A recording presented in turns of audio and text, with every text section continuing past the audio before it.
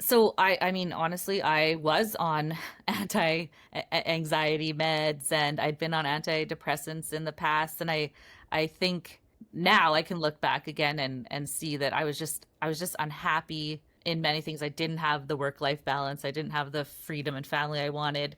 So honestly, my go-to had always been, oh, I'll just, I'll up my meds and yeah, and absolutely, I'll just close the business and I'll just take the easy route and go work for someone. And I just kind of decided that, I guess this is just my personality. I am just always going to be anxious, depressed. I am not going to be successful. I'm not going to have a family, and that's just the way it is. This is my life, and this is just how it's going to be. Because how could a business coach change my whole life? But it turns out that, the business is very closely linked to your personal life. I'm Dennis. And I'm Greg, And this is the More Profit, Less Stress podcast. where we provide the tools for more profit and less stress in your business now so you can turn into a valuable asset later. Hi, welcome to the More Profit, Less Stress podcast. I'm Greg Forzani here with Dennis Takama, and our guest today is Janice Gibos from Little Dandelions Childcare Center. Welcome, Janice. And maybe just for the audience sake, can you tell us a little bit about your business and where it's located, just so we have a picture of what we're talking about as we're talking today? Hi, guys. So Little Dandelions is in Fort St. John, which is in northern British Columbia. We have 25 3 to 5-year-olds and 12 infant toddlers, and I have 8 full-time staff working with us. We are there 5 days a week all year long. Geez, you're like an old school Dutch family. All the kids. Yes. And you've been doing that for how long? 5.5 years we've been open. So 5.5 years. And you reached out for help, it was, I think, 3 years ago, right? So you were in business for about 2 years? Yeah, 2.5 years. Yeah. Yes. So what was life like for you running that child center? Oh, at the start, it was actually a bit of a nightmare. It wasn't at all what I thought. I thought I was just going to open this daycare and it was going to be just easy and wonderful. And it turns out that I was working more hours than I ever had before. I had less money than I ever had before. And I was just, I felt trapped by terrible staff. I had no boundaries set with anybody. I was honestly at the end of my rope. I thought I was just going to have to close and give up all my dreams and go back to working for others. Dennis and I hear that story a lot from business owners. Like when you were experiencing that, had you communicated with other people that own businesses and heard similar? Like, did you feel like you were the only one, or did it seem like others were in the same situation as you? I kind of felt like I was the only one. I didn't talk to many people. So it looked to me like, oh, I was just failing and that everybody else did better. I mean, I had been told that the first couple of years were difficult, but it seemed like things were just getting rapidly worse than better. So I definitely felt that I was failing in all aspects. What would you say were the areas that were failing? So like, I know we just talked about this a little bit. People start, they're excited, they're passionate, they go for it. It's supposed to be first 2 years are kind of rough. What do you think was kind of getting in your way? Like, what was really holding you back? I think a huge part was my self-confidence. I was so worried that people weren't going to like me and parents weren't going to be happy and staff weren't going to be happy. So I basically was bending over backwards to try and do everything that everyone wanted, which clearly wasn't working. And I had absolutely no type of budget. I was just frivolously buying whatever I thought we should have. And when it came down to bouncing a payroll, that's when things really started to get real. Kind of get scary. You obviously had a reason to get started in it. Like, why'd you launch the daycare? What was your passion for that? Well, I had been working for another center managing for a few years and helped them open a second location. And things started going downhill staffing wise. The owners and I did not have the same morals and values. I felt they were in it for the money. I was in it because I truly love working with children. I was also working several extra hours for them for nothing. And I just all of a sudden felt like, you know what, why wouldn't I just do this for myself? And then I can set the morals and values and budgets that I want and hire the staff that I want. And sometimes the staff that you think you want or the staff that you get are two completely different things. Definitely learned some lessons. So then what made you reach out for help? Well, my friend actually, Morgan, had been working with Dennis, and I had been venting to her on the phone, having a bit of a mental breakdown, telling her that I was probably going to just have to close the business. And she started telling me about Dennis. And of course, I was skeptical. Oh, nobody can help me. It's too far gone, especially in the daycare world. There's nothing that can be done. It's not like I can charge parents more. She kept on me. And then I had the other excuses. Oh, I can't afford him. I'm already broke. There's no way I'm going to be able to afford to pay extra money when I already don't have money. And she just kind of kept at me. And finally, one day I was like, well, you know what? It cannot get any worse. So I'll just meet with Dennis. He'll tell me that you're right. It's a failure. You should just close down. And then I'll just know for sure that ending it is the right thing to do. You know, that's probably a very common story. Like everything you just said, I think a lot of people feel like they're on an island as a business owner and you don't want to share, hey, I'm not doing well. Like you just said, I just about didn't make my payroll. I mean, that's like, ugh, that's hard, right? As a human being. And so many people probably are in that situation and don't talk about it with others, or they'll reach out to somebody close who maybe isn't a business owner and doesn't know any better. And then potentially, like, what if Morgan had told you, hey, Janice, you should close your business and go work for somebody else? Like your life would be totally different right now. Yeah, I'm so grateful that she didn't tell me that. But I think it's an easy thing to do, right? When your backup is against the wall, it takes a lot of courage to actually ask for help. But I like how you validated it was they'll just validate what I already come to the conclusion of, and then I'll just know that I'm supposed to shut it down. Not I'm hoping this person will have solutions for me to keep the thing going. It tells me kind of where your headspace was at of F it, I feel done. Yeah, So and then, I almost was disappointed when it turned out you could help because I had been so set on it's all over. And all of a sudden I had to be like, oh, fine. Okay, maybe there's a chance. so then you made that decision. What were some of the things that you learned like right away that you think for yourself were like, well, those were game changers? Right away. Well, I actually really enjoyed how blunt you were, Dennis, and how you just said things how they were. And I also right away realized that if this is your job, there are obviously many other people in the same boat. And it really resonated when you told me that so many people go into business being good at what the business is. Like I'm very good at caring for children and running a center, but I actually was not a business owner and did not know how to run a business. And that was what was missing. I realized right away. Like what you just said is super intuitive. What would you say to a business owner who's like, well, I'm an expert at my product or service and therefore I'm an expert business owner. Like I know what I'm doing. So I'll figure it out and this is just a temporary thing. What you just said is so insightful. What would you say to somebody who has that mindset that they feel like, you know, they got it figured out because they're good at their product or service? I think I would have to be blunt and say, actually, you don't. Like people literally go to school for years to learn business, and you guys are actually professional running a business. And like it doesn't matter how good you are and how good you know your product. Unless you have had some experience or some training, you actually do not know how to run a business. And I'm so much more able to be blunt now because I was in the same position. Yeah, you kind of see what it's like to get punched in the face. You're now telling people stop getting punched in the face. Yeah. You can move your head out of the way. Yeah. Right. Yeah. Just accept that you're not, swallow your pride and take the help or suffer the consequences, basically. Good way to word it. So as you're going through then, because I remember when we first started this, it's not that the money came right away, but we had to address like a lot of problems. I think one of the first things we did that was hard was actually rip through the numbers and find out what was going on. And that's when we also realized that there are certain areas of your business that you were absolutely handcuffed in due to legal regulations that you couldn't get around. And so we had to find some creative ways to do that too. Yeah, we definitely, first going through the numbers was huge. I don't know why I didn't think that I should do that before. Just simply writing them down through each month really showed like, whoa, I'm spending tons of money here. Why am I spending all this money here? There has to be a budget. Again, like you said, the government highly regulates fees and what could be charged. But then there were loopholes and different optional ideas, but I had already shut down so much and just thought, well, no one's ever done this. It can't be done. I've never done this.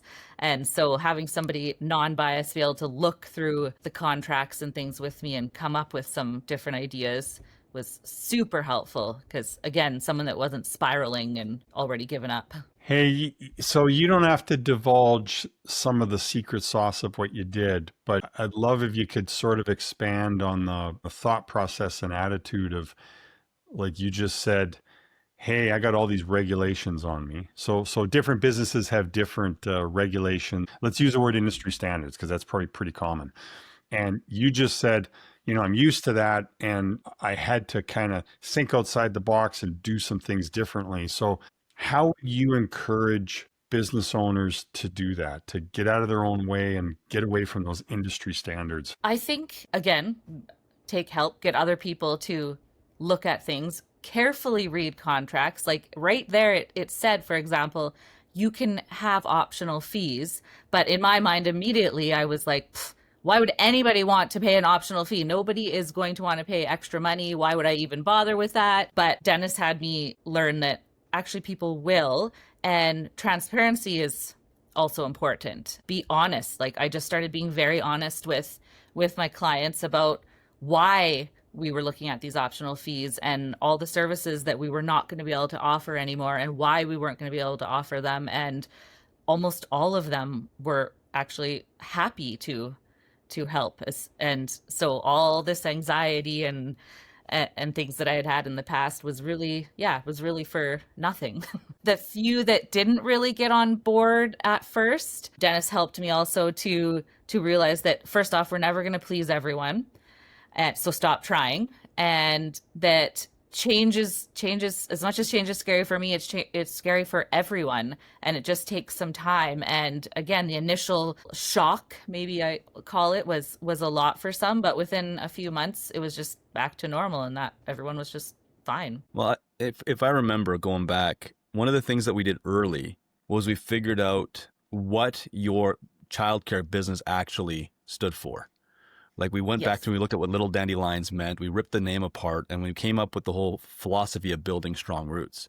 I think once we connected that message to your market, the market completely bought in because it was hard for Yeah. them to say, no, I don't agree with you. Yeah, having that, and it was so good for me too, because we all have our philosophies, but they're written out in this big paragraph, thrown in a handbook. But when we really brought out, like, we believe in growing strong roots, families, like everyone was just on board with that. And it re-inspired myself and the staff as well. So cool. I love what Dennis just said. And I guess I'll ask both of you this, but maybe Janice more so would be the answer. But how did that impact how you approached hiring people? Like what Dennis just talked about the roots and changing the why behind the company. How did that impact your hiring process and who you looked for and how you hired? It gave me more confidence in hiring again, and really helped me sort of clean house and set some new standards. I realized that just because you have the qualifications and you do an okay job doesn't mean that you should work for me. I wanted people with the qualifications that did an amazing job and had a passion and fit in with the team. And so I raised my standards. I started getting rid of people that didn't fit in, and I really got pickier about letting other people in and really pushed what our philosophy was and what we were trying to do and what I wanted. Love it. I have a kind of twofold question. One, what kind of things did you implement to change that culture and achieve what you just said, which is like better people, they want to be there, they love being there, all that stuff. So what kind of things did you implement? And the second question would be, how has that changed? Because a few minutes ago you said, oh, staff, like I got to get out of this business and one of the reasons was staff and people and managing them. And clearly now that sounds like that's a different situation. So I guess what did you implement and how has it changed your opinion of that? We did various things. Literally the first thing I did was get rid of the few toxic staff that we had, and all of a sudden just the morale changed and the other girls stepped up and everybody opened up. We started having more meaningful staff meetings as well. We used tools from the training, and it just made it more meaningful instead of just sitting around talking about cleaning things. We also did some training, we did team building.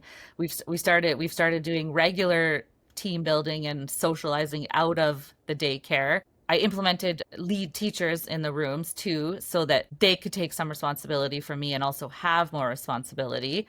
And I found that when I stopped micromanaging as much, people got more passionate because they had more freedom and could do what they wanted. I also changed the interview process because I used to very much just be like, oh, yeah, you seem like a nice girl. You have your qualifications, you're in. I started asking actually, probing questions and looking at their experience and ask their philosophies. And then I would have them come in for a few trial days just to kind of observe them, because oftentimes in one day you can kind of see if they're going to be a good fit and if they teach the same way as we do. And yeah, and now we've also started taking in lots of more practicum students, which is a great way for us to get, kind of first dibs on new people into the field. And we kind of see right away which ones, which ones we may like. And we've become kind of the main practicum center. It's almost starting to get too much though, because now we've got several colleges that are sending us people, and I mean, we can only handle so many students at a time. And then we're also working with Northern Health and taking nursing students so that they can get some pediatric hours in. So we've almost become a training daycare as well. So it's become much easier to find staff, and we have so many more options on who to choose. And the girls I kind of just give them more power, and they're just like, we're just building our own family. It's just amazing how it's just started to just turn into this amazing strong unit. Well, I remember I like, because when we first got into this too, it was, we were scraping the barrel to find people, because your comment was, well, I'm losing them to the YMCA, or I'm losing them to somewhere else because they offer more benefits, they offer more pay. And we had this mental resistance we really had to break through to go from, well, there's nobody out there, to now you're telling me there's so many people out there, we actually can't fit them in. Yes. Yeah, I'm having to, like, I'm turning people away that I don't want to, but I can't hire everyone. So do you think that turning point was, like, just to recalibrate, would that turning point come from, one, getting clear on your philosophy and being more diligent on who you bring on board?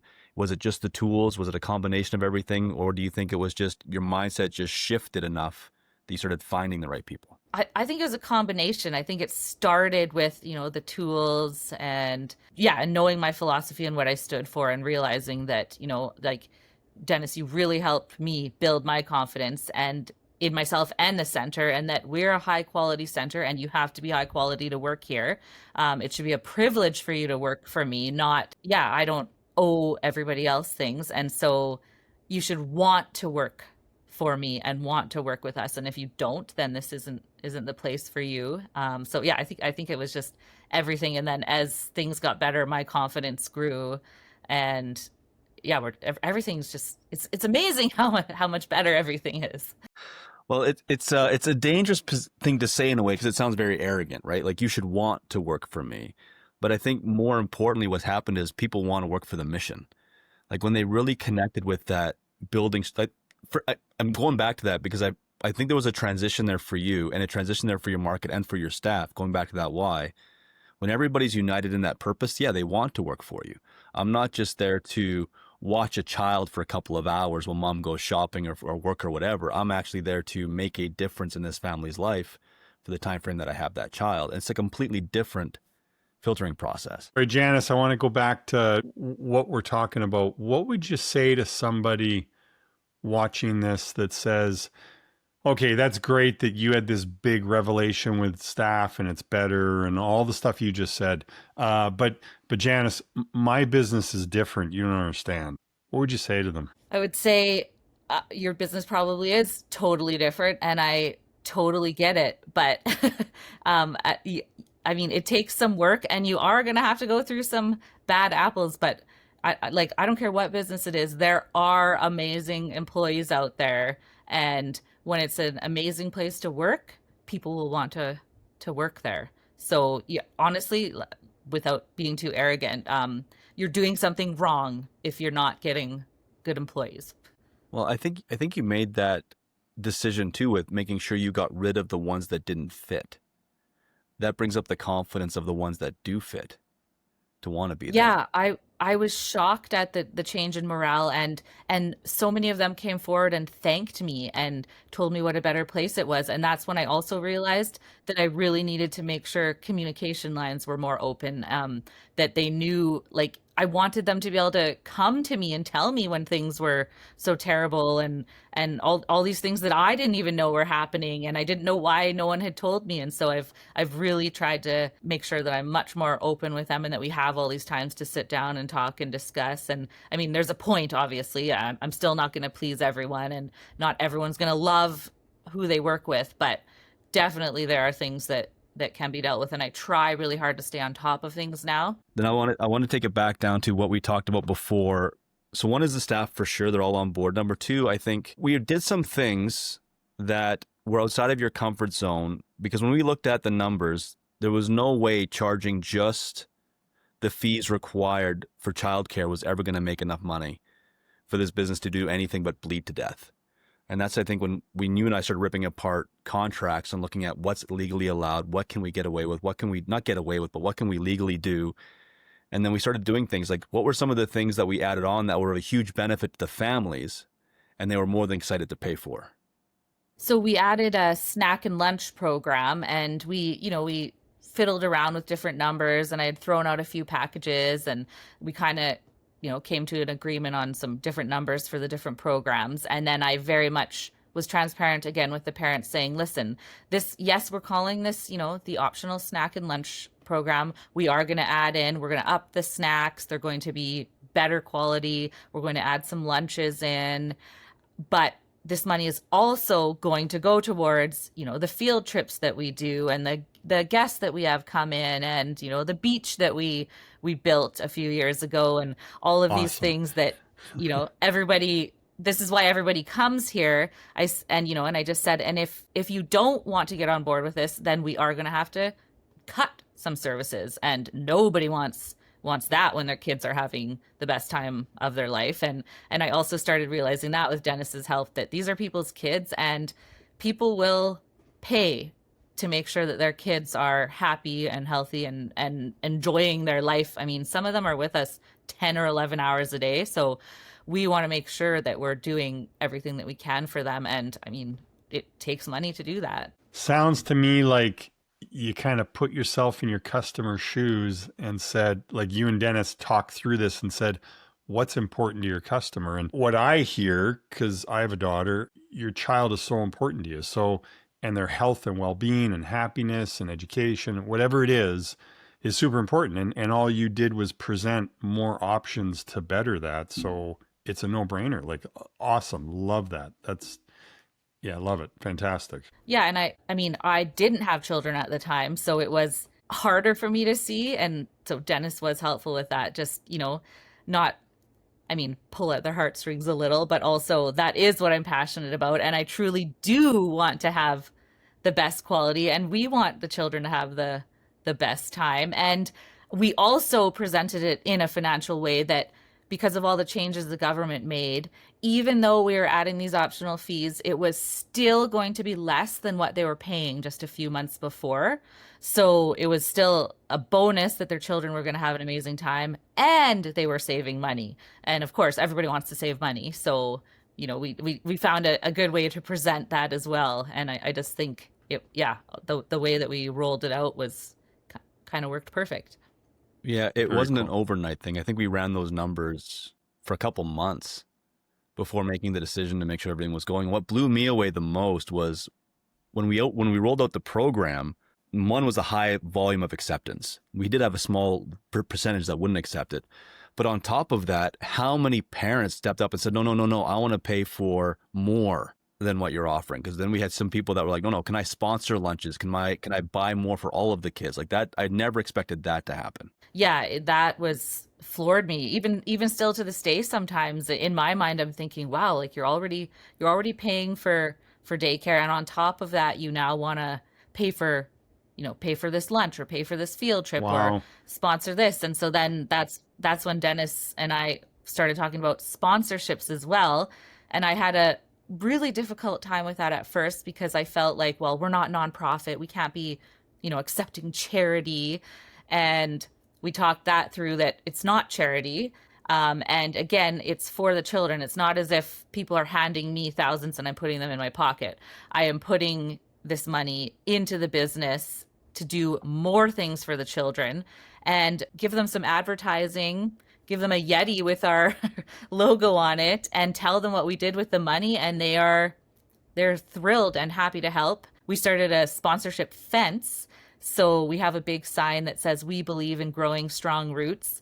And then I put all the company names up there. So they're getting advertising there on our fence, and it's done all really cute. And just a shout out to them on social media. And again, just letting them know, hey, we used your money to add to the beach. We used your money to take the kids on this trip. Cool. And they're thrilled about it. And then it just started snowballing, and other people were contacting me. Well, I want to get on the fence. Well, I want to help donate to kids. And I started realizing also that business owners sometimes need write-offs. So, I mean, yeah, let's help each other out. We also got into promotional items for a bit. And I think we were talking about this just the other day. People are now asking again for when they're going to be doing another batch or release of like hoodies and sweaters. And I had also thought, why would people pay for that? What kind of men are going to wear sweaters with a dandelion on them? But it turns out that many will, and they want to kind of brag that, you know, their child goes to Little Dandelions. And it's flattering to me that people are asking for these things. And you know, like now all the children get Yetis because, you know, I just thought it was cool. And you know, it's branding for me, and the parents love it, the kids love it. Now, you know, I don't know if anyone from Yeti is listening. We're looking for a sponsorship. well, and mine as well. Like, I think we've talked about it too. We didn't limit the sponsorship in any way to just a cash donation.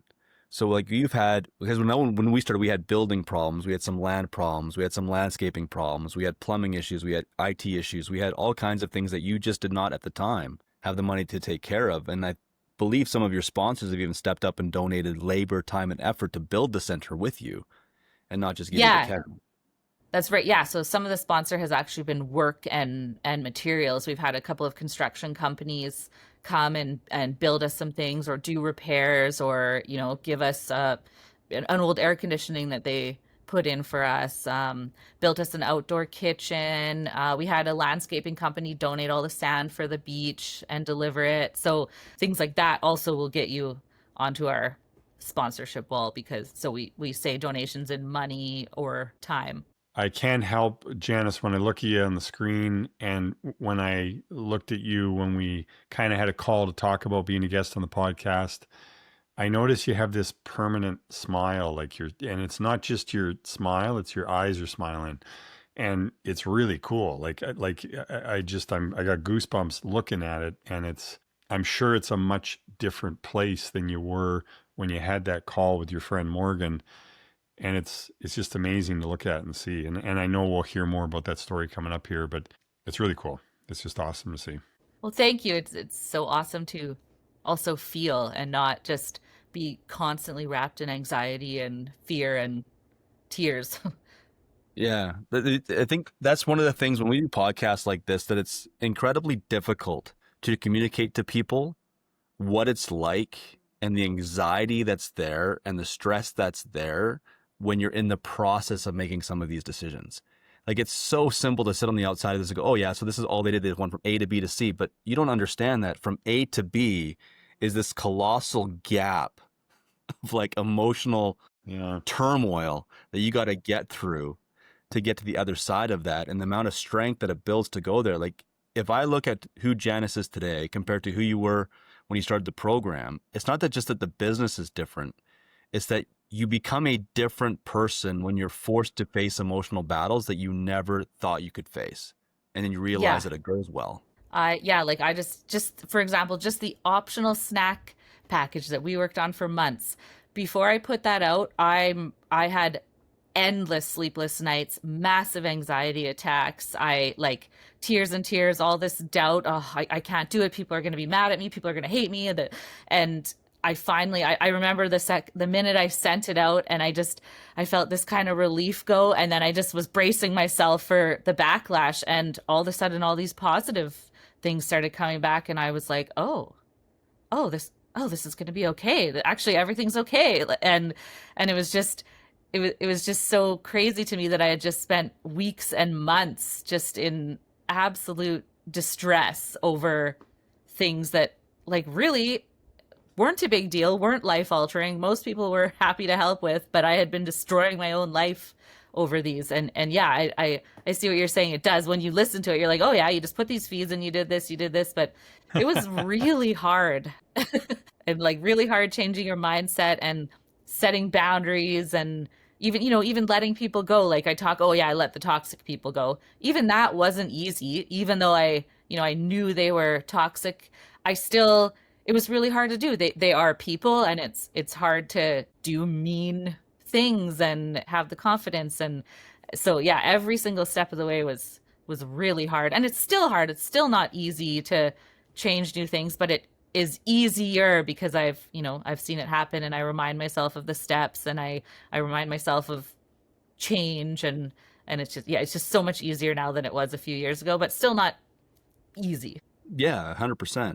Okay, I got another one of my questions about people watching this going, okay, but I got these really challenging situations and my thing's different, and that's great, Janice. And or maybe they're asking, how are you able to mentally make that mind shift to make those tough decisions that you're now saying were actually simple in hindsight, and have the confidence to do it? What would you say to those people? Like, because what you just said is super powerful. And I think there's a lot of people in that situation where they're afraid to make those decisions. I think I told you guys before, at first it was almost, I could call it a bit of a cop out. I kind of just used Dennis and I pretended that Dennis was my boss. And what I would just tell myself when I would get scared, I'd be like, Dennis said I have to do it, so I have to do it. And I was like, do you know what? Whatever it takes for me to be able to send this email out, or I didn't tell anyone else Dennis made me, but I just kept telling myself, Dennis made me do it. And that's what I had to do for the first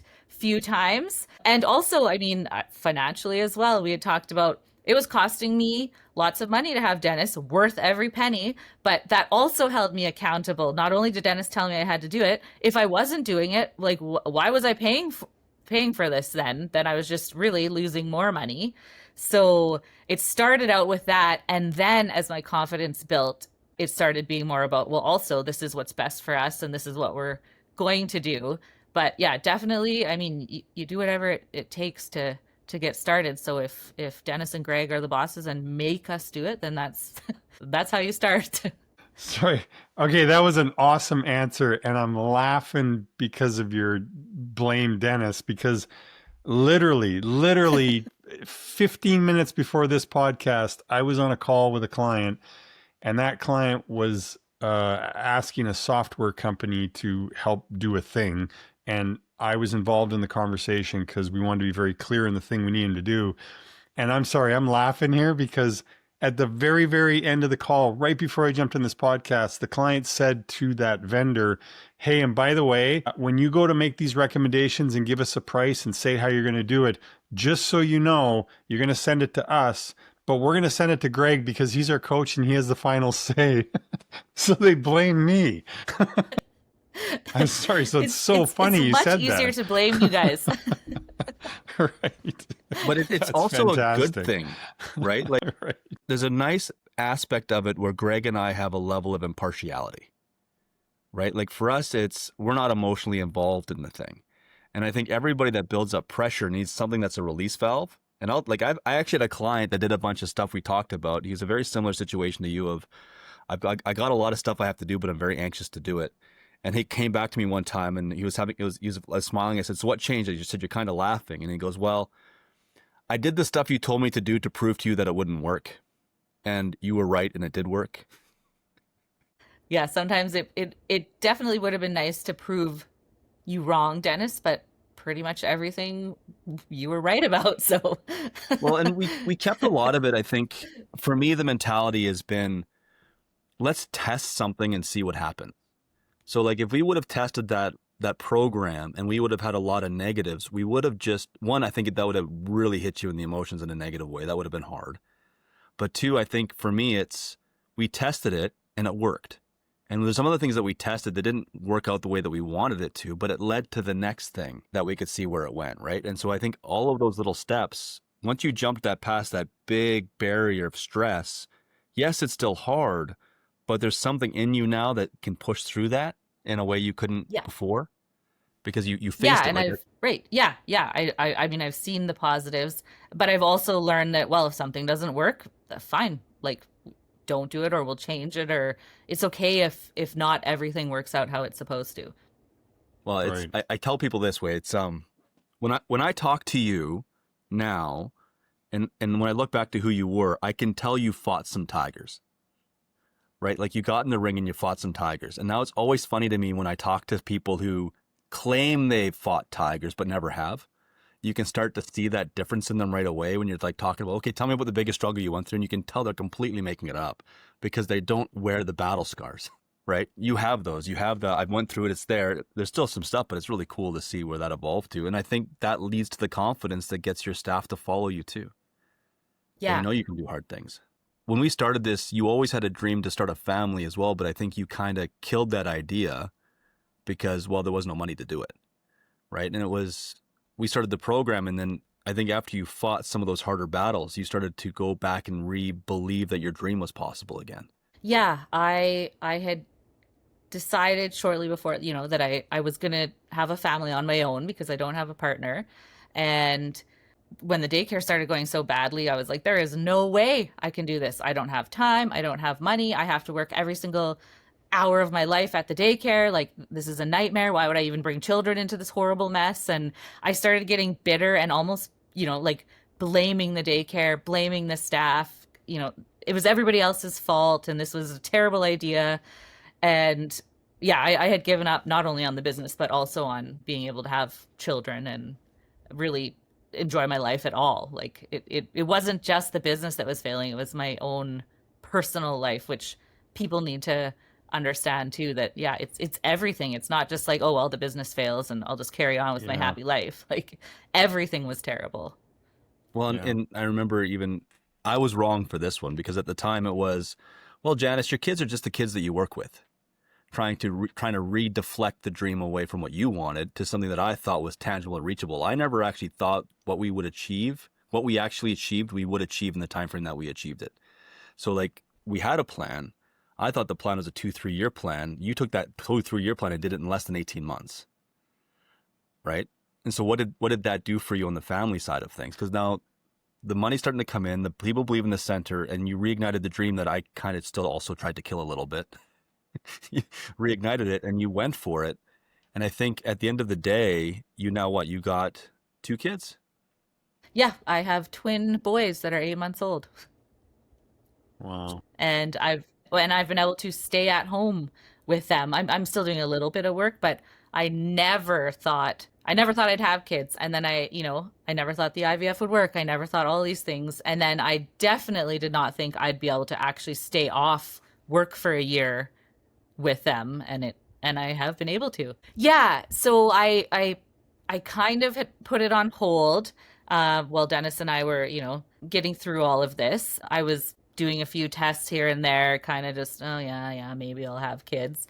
But then it was like each time I had a success with the business, I had more confidence in my personal life. So then I would take a step farther in the process. And then, I was still having quite a few, failures with the cycles and things, but they were getting easier to take because the business was getting easier. And I was able to start taking more time away as we were getting, more successful with the business. I was able to step away, go take some trips for my IVF treatments. I was able to have money to pay for my IVF treatments. And then it totally kind of correlated though when I was struggling with the business, I would more give up on my dream. And then as I was doing better with the business, I was happier with my dream. And then I kind of just made the decision that, you know what, like if I can fix the business, then I can have my family as well. And I just decided like I'm going to do it. It's going to happen. This moment you're in now where it's like, I mean, what an amazing story where you are today.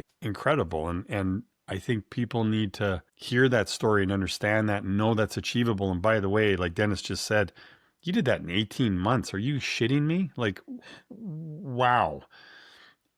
Incredible. I mean, I like to go big or go home. There's no messing around. I was like, hey, let's do this then. Let's do this and let's get going. And I want to have these kids, and I'm not getting any younger, and I just kind of set some goals, and I was like, well, I'm gonna have these kids by the time I'm 40, and I had my final egg retrieval the day before I was turned 40. So I was actually able, I ended up going to Mexico. My fertility trials in Canada just didn't go very well, and I was able to, because the business was doing so well, I was actually able to take 3 weeks off, go to Wow. Mexico, stay in a resort, get my IVF treatments done, and then I came home, and yeah, and it turns out I was having twins, which was also really threw me for a loop, and I was pretty anxious and scared about, but I just, I was like, nope, you know what? I've done all this other stuff, so it's gonna be okay. Good thing I own a daycare, like, for my kids to go to. So sorry, two things. One, go big or go home. So we're going to have twins. Right. Right. It just worked out that way.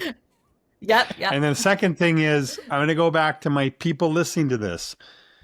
And they're like, oh, well, Janice, you got lucky. Your business was able to now fund this wonderful opportunity in your life to have kids. And this business is able to allow you to not be there every day and still make money so you can afford to do this and have maternity leave. You were just lucky. It's not like that for all businesses. And I don't think I can do that in my business. What would you say to those people? I would say it definitely wasn't luck or didn't feel lucky to me, because I mean, I started the exact same. I mean, only a few short years ago, I literally was bouncing payroll, and I was not having family. I was definitely depressed. I was anxious. I was miserable. The business sucked, and all of a sudden we've come to where we have, I have one of the highest quality centers in town. I have amazing staff. I'm able to support myself. I have twin boys. I can stay home with them. Like, it wasn't luck. I don't know how to totally explain that, and I get it for all these people, but I just think you have to just decide what you want and then go for it. But yeah, there's no way. Like, I didn't just sit around, win the lottery, and then luckily, like, I had to work hard for the business, and I had to work hard for these babies. It took 3 years of IVF trials and a lot of money. And so yeah, I wouldn't say it was luck, but pretty much anything can be achieved if you work. So now they've just heard you say that. They're like, okay, maybe I can do that too. Give them advice on like the first couple of things they just like right now. What do you need to go do? First couple of things, like what's going to get you going on that journey that they're going to have to work at, like you just said. What would you say to them to get them going? You need to call Dennis or Greg first. Definitely, like, reach out for some help. Even if, Dennis had convinced me, let's just have one conversation, and then we can decide. And I don't know why I was so skeptical about it. One conversation was all it took for, just to know that there was somebody there that knew what they were doing and could help me. And he had said, I'm going to talk to you. And if not something I can help you with, I'll let you know. So I thought, okay, well, if he thinks he can help me, then he must not think I'm too far gone. So yeah, I would say definitely reach out for help, and then sit down and set some goals, because I really needed to set goals as to where I was going, because I was just kind of floundering before. So it really helps to have some goals, and even some dates is helpful, because not, oh, one day I want to do this. No, I'm going to do this Right. by this date. Otherwise it's not going to happen. It was really good advice. You set some dates instead of saying one day. And that goes back to what Dennis said earlier, and I'm just blown away. Like, you did this in 18 months. Are you kidding? Like, and I think what you just said got you on that path and helped that happen. That's awesome. Great advice. Well, and I think there's a cautionary tale for anybody listening to this, not just to run out and try to duplicate what Janice did, because what we had to first figure out in her situation was, where is she strong, where is she weak, and what's the ladder we're going to build?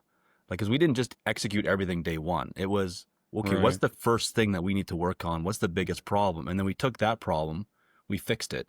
And that, once fixing that problem, opened up opportunity and opened up conversation. And then it was, okay, I'm going to try this, I'm going to try that. you said 90% of what we said, or 100% of what we did was right. I think about 80% of what we did was right, because there's some things that also still didn't work out, and we did have some resistance along the way.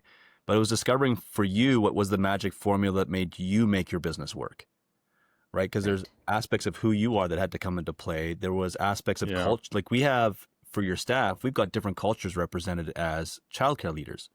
So we had to figure out, how do we communicate with all of them in a way that they do it properly. And I think one of the steps we took was simply translating your operations manuals and your stuff into their relevant languages to make it easier for them Yes. to figure out how the center runs. But none of this was all day one stuff. This was, let's stack it, let's stack it, let's stack it, let's stack it. And then you didn't even just suddenly take 3 months off. It was, or 3 weeks off. It was, I don't think you ever took a vacation before, or even a weekend off before we started doing this. And that was No, like, I how couldn't do I, even leave. Yeah, I couldn't leave the center for one day without being bombarded with all kinds of nonsense, really.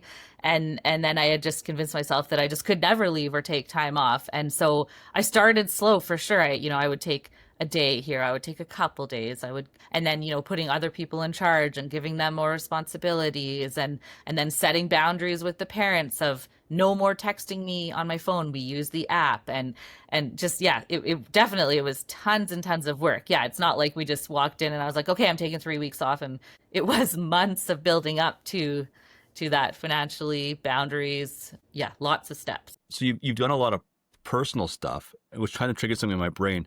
How are your clients, the parents, how are they feeling knowing that you're now taking more time off and you're raising your own family? Are they behind you, or are they kind of like, oh, Janice, she's just taking her money and running? They are like, it has been amazing. You should have seen the baby shower that the center threw for me, and every single parent came. I have still not had to buy diapers, and the babies are 8 months old. The parents are so on board. Like, it's like we're a family, and these kids, they were so thrilled for me, and that I spent all these years looking after their children, and that I could finally have some, and they're so spoiled. And like, even the kids at the daycare are buying them little gifts, and they come by my house, they get excited when I go in to visit them. They've been so supportive, and I mean, many of them have reached out to and said, we really miss you, we can't wait till you're back.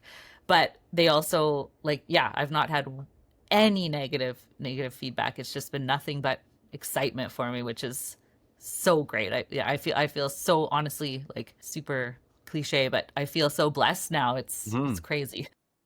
Well, it's fascinating in a way, because you went from, I can't keep staff, I'm losing them to other daycares, I'm dealing with people I don't really want to work here, but I can't afford to lose them, I can't afford to pay anything, to suddenly, by putting in effort and believing in your mission of what you're trying to accomplish, it sounds like you've kind of become, in a way, a bit of a pillar or a center stone for your community, unintentionally. Like, we never set out for any of this stuff to happen, but it's just all kind of working together. Yeah, and like people are begging to come to our center, and name dropping, and it's just crazy to me, because I don't know most of these people. So, like, why is it that you want to come so badly? But we've built such a culture, and the parents are so happy that, yeah, it's amazing that we've built this quality center. And now it's given me the ability to also choose who as clients I want to bring in as well, so that we're just building this amazing family, and I'm more confident about telling people that they can't get in as well. So just to kind of bring this thing to a close, what I think is really interesting is, when we first sat down, I don't think what you accomplished, if I would have told you this is where you'd be today, I think you probably would have told me I was full of shit and never would have gone forward, because I think where you're at now is so unbelievably different from where you started. Yeah. There is no way that when we started a couple of years ago, or that I would have ever believed this. I thought, at my very least, I thought, okay, Dennis is going to help me get the business back to where, I can survive off of it, and it'll be fine. This is what I'll just do. I absolutely had no idea that I'd have all this freedom financially, personally, that I'd have a family, that I'd have so much more confidence. Just like my entire life has changed for the better. Yeah, I'm going to say, on behalf of Dennis and I and all viewers, like, just thank you for sharing the story.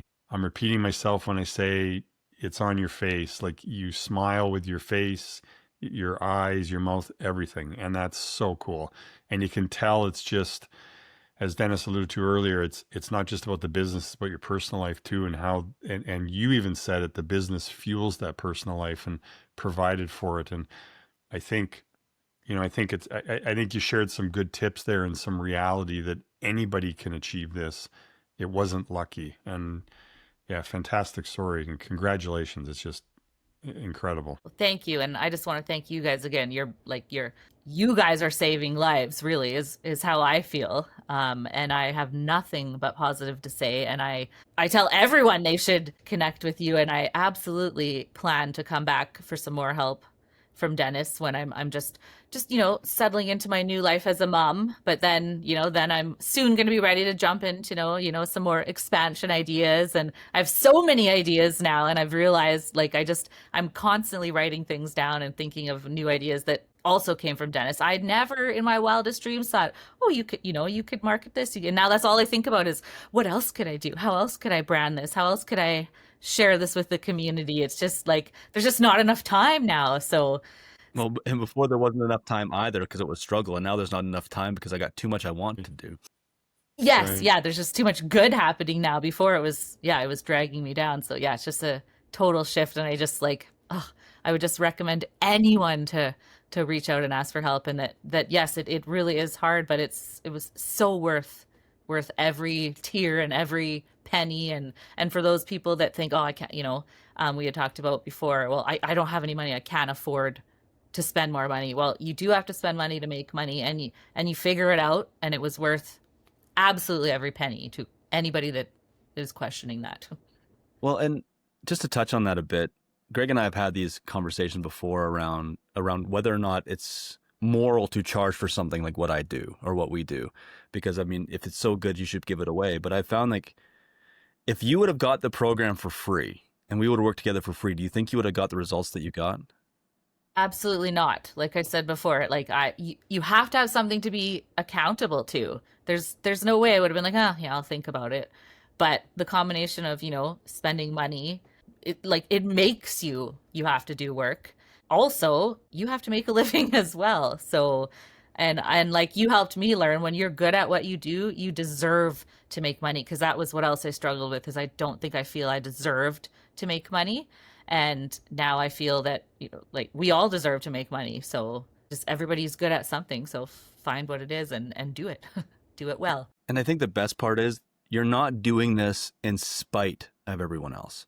Your staff is well paid. Your staff is working the hours they want to work. They want to come into work every day. Your community is wanting to support you in the worst way, to the point where you have to say no to people. It's not that you won and everybody else had to lose. You won and everybody gets to ride that journey with you, which I think is so often overlooked by people when they believe that if they're in business, they have to win, so somebody else has to lose. You've completely Yeah, flipped that. You carry everybody. I really focus on, because I remember what it was like to be an employee that wasn't treated well. So I really try hard to make sure that my employees feel welcome and are paid well. And I've been able to give them benefits and extra sick days. And, I think we've built a good culture, and I just really try to, treat them how I would want to be treated. So, Janice, you've heard the cliche saying, I'm sure what you focus on expands. It sounds like from your story, like before working with Dennis, you were focused on certain things, and those things might have been like, things aren't working, I can't make payroll, things are failing, should I close? And there's been a mindset shift to clearly listening to your story. Now you're like, hey, I want to expand. I want to do this. I want to have kids. I want to, like, all these things are different. I want my staff to be great. I want the culture to be great. Maybe share a little bit about your experience in that mindset shift and the impact it's had on you. I totally believe in the laws of attraction. And I definitely think that was a huge part of it, because I was so negative. Yeah, I definitely feel that I was attracting negative people. Even some of the clients weren't great fits, but that was, it was just, well, this is what we do. And yeah, and because I was unhappy at home, I was unhappy mentally, I was not very positive at work. There was a lot of tension. There was a lot of arguing between staff. I actually noticed that my patience was very thin. And Like I even found that sometimes I didn't have the patience with the children that I should have, and it was just because I was miserable. And yeah, definitely the more, the more positive I get, the more positive the staff are, the happier the children are. So I definitely think part of the mental stuff caused issues. I have less anxiety now. I have way more patience at work. I let things, slide. Like there were times where I'd be, I remember once getting just irate because they gave the wrong granola bars at snack, and I was just so worked up about it. And I think back now and I'm like, okay, obviously it wasn't the granola bars. It was that I was just so stressed and so upset in all other areas of life that just these little things were so triggering. And so, I mean, as much as I was frustrated with the staff, I'm sure the staff were frustrated with me as well. So now that I'm more positive, I could really care less if they gave the wrong granola bars at snack because it doesn't matter. Well, I think people don't realize that being broke is stressful. When the money isn't there and you're trying to pay all the bills and little things go wrong, and all you're waiting for is the next thing to go wrong because you couldn't afford to fix the last thing. And now that the center's stable and that stress isn't there, you're much more able, it sounds like, to focus on the possibilities and not just on the how do I not get pissed off about granola bars and missing payroll. It's how do I now keep going forward. So yeah, I think when people forget that, yes, money isn't everything, but money sure is a lot of things. It does help It with a is. lot of things. Yeah, and I think I like looking back now, I think that's the was kind of the when I was at my breaking point when, and I started kind of realizing them, but more now looking back that when I was losing it over ridiculous things like that, it was absolutely because I was just spiraling about everything else. And now when there's a plumbing issue or something goes wrong, I could just sit down and say, okay, let's deal with it. Let's fix it. And I have the money to be able to deal with it. So that does make a huge difference. Way less, yeah, way less stress. What both of you are saying makes me think about how people will often say, you got to start with work-life balance. And I think work-life balance is super important. However, like Dennis just said, money isn't everything, but boy, it sure is a lot of stuff. I think you got to earn work-life balance. And I think your story is a great reflection of that. Like in the beginning, you got to earn that work-life balance. You can't just make a decision, I'm going to have work-life balance tomorrow, and it just starts. Because if you're financially struggling, that's going to be really difficult to just happen by itself. You got to earn it. So yeah, good points. So Janice, hearing your story, the situation you were in before you spoke to Morgan, which led to meeting Dennis. I mean, Dennis and I know for a fact many business owners are in that situation, have been and are today. And, probably their assumption is, or you may want to say their self-diagnosis is, because that failing business, and you said this, I think earlier, that failing business is leading to a lot of bad stuff in their life, right? Like money and mental wellness and thoughts and where they're focused and all that stuff. And they may think the answer is close the business. They may think the answer is go see a psychiatrist or psychologist. They may think the answer is go to a doctor and get a prescription, where you could have done that, but you spoke to your friend Morgan and instead you took a different choice, and the remedy was to meet with Dennis and go down that path. So I guess the question would be, maybe share a little bit about your thought process around that. And then I'm going to ask my normal question. What would you say to somebody who's in that situation? So I mean, honestly, I was on anti-anxiety meds and I'd been on antidepressants in the past. And I think now I can look back again and see that I was just unhappy in many things. I didn't have the work-life balance. I didn't have the freedom and family I wanted. So honestly, my go-to had always been, oh, I'll just, I'll up my meds and yeah, and absolutely I'll just close the business and I'll just take the easy route and go work for someone. And I just kind of decided that, I guess this is just my personality. I am just always going to be anxious, depressed. I am not going to be successful. I'm not going to have a family, and that's just the way it is. So again, when Morgan was kind of pushing, it was almost just like, okay, fine, I'll talk to him. But again, I've already decided that this is my life and this is just how it's going to be, because how could a business coach change my whole life? But it turns out that, the business is very closely linked to your personal life. So I would say, and you have to start somewhere. Like you have to fix something in your life. And for me, it was easiest to start with the business because the business was dragging me down. And like money's not everything, but it takes money to be able to do things. So with the business coaching and helping my confidence and the business, I then was also able to do things like start working out, do some spiritual healing, look at getting off medications, which I'm not saying everyone should get off their medications, but it's kind of a sequential effect where, you have to start somewhere and you have to fix something. And then when you fix one thing, it goes to the next. So yeah, Right. it may sound crazy that, a business coach can help you, but when everything is falling apart, it can help you. And whereas you could try a psychologist and maybe try to fix your personal life, but then you still have the business mess to deal with. So yeah, I feel like maybe you guys should be business coach / counselor, maybe added to your title. I, I think there's a huge component of life coaching that does go into this but it's not as, if I would have just sat down or we would have just sat down, the answer would have been, well, the right things, go do them. I don't think that would have been the solution because you didn't know what the right things were to do or you would have done them. And the byproduct of not knowing the right things to do and being stuck and lost, I think is what led to the point of depression. You tried everything. It's not working. The business is obviously failing. I must need more medication because there must be something wrong with me, not maybe there's something I just don't know. Yeah, and the societal pressures, like admitting that my business was failing was also a massive like blow to my ego and almost, like all those naysayers. Like now I have to admit that I failed my business. So now I'm even more depressed. So, Right.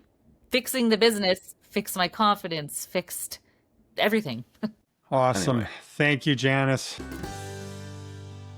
Janice and Dennis, our podcast producer, throws a question at us at the end of every podcast that we haven't heard before, just kind of a fun question. So I'm going to ask it, and I'll just kind of ask on my screen left to right. So Dennis, I'll ask you first. What's one childhood cartoon you still quote daily, and what's your favorite line from that cartoon? I mean, the first cartoon that comes to mind was the old cartoon G.I. Joe, but that's only because I was like 5 or 4. My brother was in school, and I knew when my brother came home on the bus that it would be on TV. But I don't have any quotes from it. I just remember waiting for my brother's bus to come home so that way I could run to the TV, and I knew that that's when the show would be on because that's how old I am. We couldn't record TV back then. And I think the things that I've quoted the most of all the cartoons I've ever seen, the one that gets quoted the most in my family is probably Simpsons. And not any specific quote, but so many different quotes as they come to mind. Janice, how about you? I remember this old cartoon called The Grump Gets Grumpier that my dad brought home on VHS one day and we used to watch all the time. And he used to call everybody a ding dang cigar box. And so I don't know why, but that's what I'll jokingly call the kids at the center sometimes, or, my siblings or friends' kids. I just call them you ding dang cigar box. I don't know. It really makes no sense at all. That's funny. I think I'm going to go with, I probably watched a number of cartoons back in the day, but I think the line I've quoted the most is probably old Bugs Bunny saying, "Hey, what's up, Doc?" Or you wasco you wabbit.